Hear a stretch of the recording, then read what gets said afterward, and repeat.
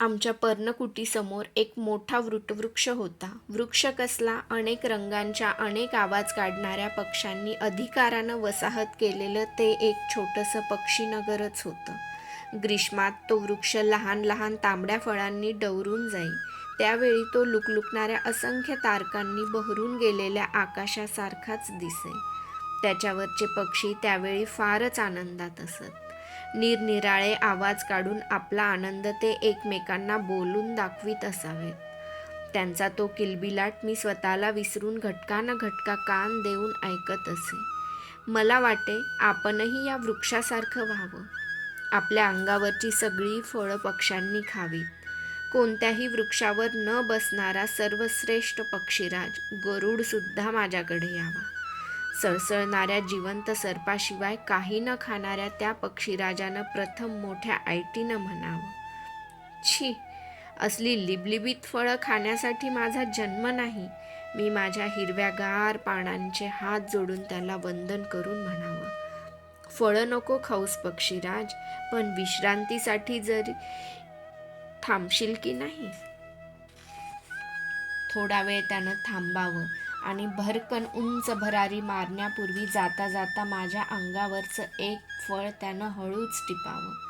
पक्षीराजाच्या त्या पराभवावर आनंदित होऊन मी माझ्या पानांच्या असंख्य हातांनी टाळ्या पिटाव्यात. अंगावरच्या उत्तरीयाच्या वेली करून त्या आनंदातिशयानं आकाशात उडवाव्यात. मी त्या वृक्षाकडे पाहत होतो.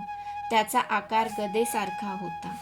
वर फांद्यांच्या गोलाकारनी घेर, बुंध्याचा बळकट दंड. इतक्यात ख्वाड असा कसला तरी आवाज झाला म्हणून मी तिकडं पाहिलं. भगदत्त नावाचा आमचा शेजारी राहणारा एक सारथी आपल्या हातातील आसूडाचे फटकारे काढीत येत होता. मी त्याच्याकडे आश्चर्यानं पाहिलं. हातातील आसूड मानेवरती लपेटीत तो म्हणाला, काय वसू, काय पाहतो आहेस? काही नाही, पक्षी पाहतो आहे, मी उत्तर दिलं. या वटवृक्षावर कसले पाहतोयस पक्षी? पक्षी पाहायचे असतील तर अरण्यात अशोकाच्या वृक्षाजवळ जायला पाहिजे. या वटवृक्षावर कावळेच जास्त असतात. ही लिबलिबीत फळं खाण्यासाठी ते जमतात. हातातील आसूडाच्या दांडांनी खाली पडलेली काही फळं उडवीत तो म्हणाला, कावळे?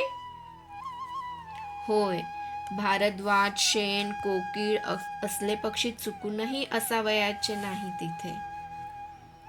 एखादा कोकीळ असतो, तोही कोकिळेच्या धूर्तपणामुळे. कसला धूर्तपणा? मी त्याला कुतूहलानं विचारलं. अरे, कोकिळ आपलं अंड कावळी नसताना हळूच तिच्या घरट्यात नेऊन ठेवते. अंड्याचा रंग आणि आकार कावळीच्या अंड्यासारखाच असतो. त्यामुळे कावळीला आपल्या घरट्यात दुसऱ्या कुणाचं तरी अंड असावं याची शंकाच नाही येत. मग कावळी कोकिळेचं अंडी उबवते आणि मग सप्तस्वरात ताना मारून आसमंत भारून टाकणारा एक कोकिळ कावळीच्या घरट्यात आपसुकच वाढू लागतो. त्यानं आसूड मानेभोवती लपेटला. कोकिळ नि कावळीच्या घरट्यात? मी विचार करू लागलो, कसं शक्य आहे ते? भगदत्ताची कल्पना खोटी नसेल कशावरून? आणि क्षणभर तो म्हणतो ते खरंही मानलं तरी कुठं बिघडते? कावळीच्या घरट्यात कोकिळ वाढतही असेल, पण तो काही कावळा म्हणून तर वाढत नाही. वसंत ऋतूचा योग्य काळ येताच त्याची सप्तस्वरातील तान इतर पक्ष्यांना गरजून सांगते की मी कोकिळ आहे, मी कोकिळ आहे. एके दिवशी नगरातील सगळी मुलं एकत्र जमून नगराबाहेरच्या पठारावर खेळत होती. राजसभेचा खेळ खेळण्याची कल्पना कुणीतरी काढली होती. खरंच मुलं म्हणजे प्रतिसृष्टी निर्माण करणारे ऋषीच नसतात का? त्या दिवशी सगळ्यांनी राजसभेचा थाट उभा केला होता. जे जे दणकट होते ते सभेतील कोशपाल, अश्वपाल, सेनापती, अमात्य, सचिव असे बहुमान स्वतःच पटकावून बसले होते. सभेची ही माहिती त्यांनी कशी काढली होती हे एक मोठं आश्चर्यच होतं. मध्येच एक उभट असा मोठा पाषाण होता. ते त्यांनी राजसिंहासन ठरविलं होतं. त्याच्यामध्ये सेनापती झालेल्या शोनाला मी परत बोलावून आणण्यासाठी चाललो होतो. कारण बाबा त्यावेळी नुकतेच हस्तिनापुरातून गावी आले होते. आल्याबरोबर त्यांनी मला एक अत्यंत आनंदाची वार्ता सांगितली. परत जाताना ते मला आपल्याबरोबर हस्तिनापूरला नेणार होते. तिथे द्रोण नावाचे एक अत्यंत युद्धकुशल आणि विद्वान गुरुदेव आहेत असं त्यांनी मला सांगितलं. त्यांच्या हाताखाली ते मला युद्धविद्येचं शिक्षण घेण्यासाठी ठेवणार होते. ती वार्ता ऐकताच मला एकदम शोनाची आठवण झाली. पण तो पर्णकुटीत नव्हता. त्याला समजुतीनं ही वार्ता सांगायची असं मी ठरविलं होतं, कारण त्या वार्तेनं तो आई बाबांच्या जवळ हस्तिनापूरला स्वतःही जाण्याबाबत हट्ट धरील अशी भीती होती. त्याची समजूत काढताना आम्हा सर्वांनाच अवघड जाणार होतं. मी पठारावर आलो तसा सर्व मुलांनी एकदम मोठ्यानं गलका केला. वसूला बोलवा, वसूला बोलवा. शोनानं तर आनंदानं हात उंचावून मला हाकच घातली. वसू दादा, लवकर ये. मी झपाझप चालत त्याच्याकडे गेलो. मी गेल्याबरोबर सर्वांनी मला गराडा घातला. सगळे एकदम मोठ्यानं ओरडू लागले.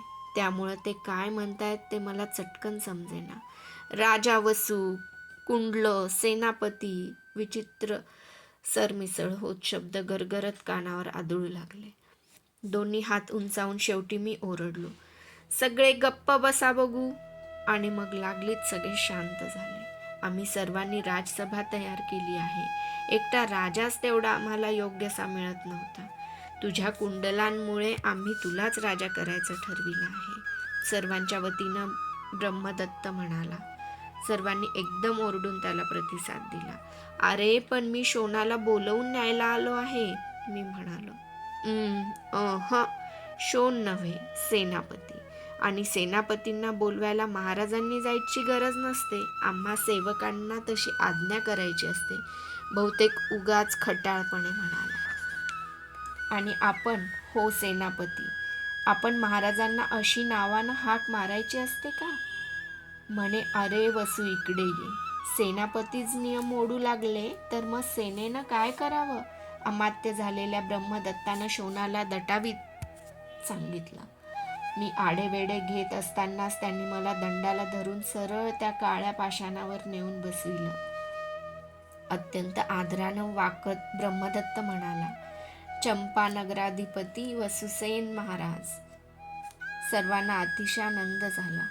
त्याला प्रतिसाद दिला. विजय असो. सगळे खाली बसले आणि आता माझी सुटका होणं शक्यच नव्हतं, म्हणून मीही राजाच्या ऐटीत म्हणालो, अमात्य, सभेचं कामकाज सभेपुढे सादर करण्यासाठी अनुज्ञा आहे. असं आमचं बोलणं चाललं आहे. इतक्यात शेजारी चरणाऱ्या गुरांतील एक धिप्पाड खोंड जय जयकाराच्या मोठ्या आवाजानं बिथरून गेलं. आपली गोंडेदार शेपटी त्यानं ताठ उंच केली. कानांनी आवाजाचा वेध घेतला. फुसकारत नाकपुड्या विस्फारलेल्या आणि शिंग रोखून तो सरळ आम्ही बसलो होतो त्या दिशेनं कानात वारा भरल्यासारखा धावून येऊ लागला. ब्रह्मदत्तानं त्याचं ते अक्राळ विक्राळ स्वरूप पाहिलं आणि भेदरून जीव घेऊन स्वैरपणे पळता पळता हात उंचावून तो ओरडला, सेनापती महाराज, पळा पळा, राज्यावर संकट.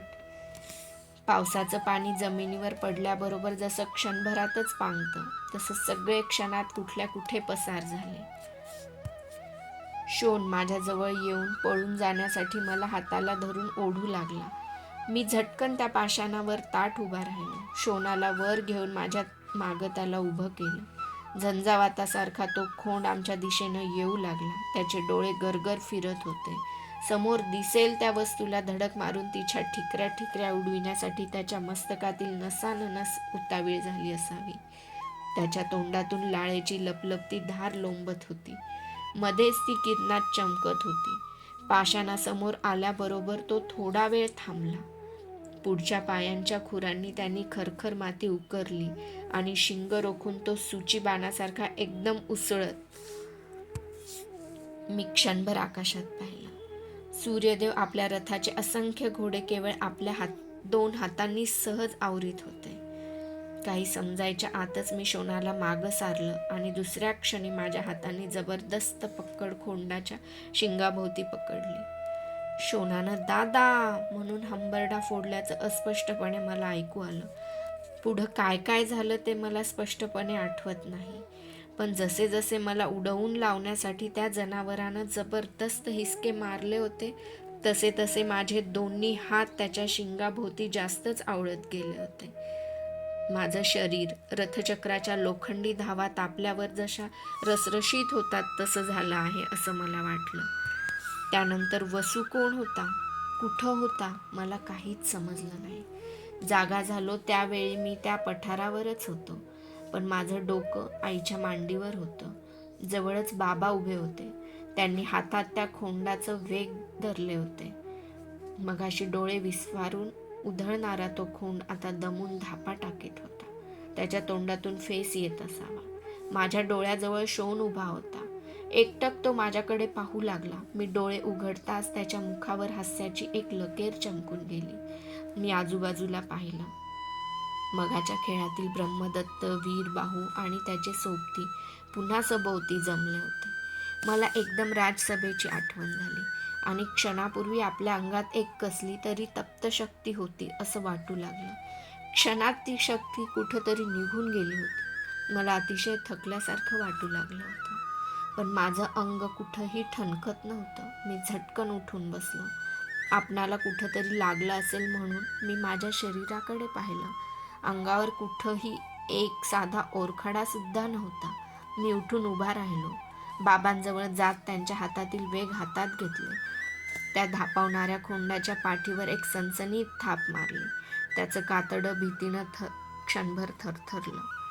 आपली शेपटी आत ओढीत तो माझ्यापासून झटकन दूर झाला. शेजारीच त्या खोंडाचा गोपाल उभा होता. त्याच्या हातात मी त्या खोंडाचे वेग दिले. तो गोपाल डोळे फाडून माझ्याकडे पाहत आपला खोंड घेऊन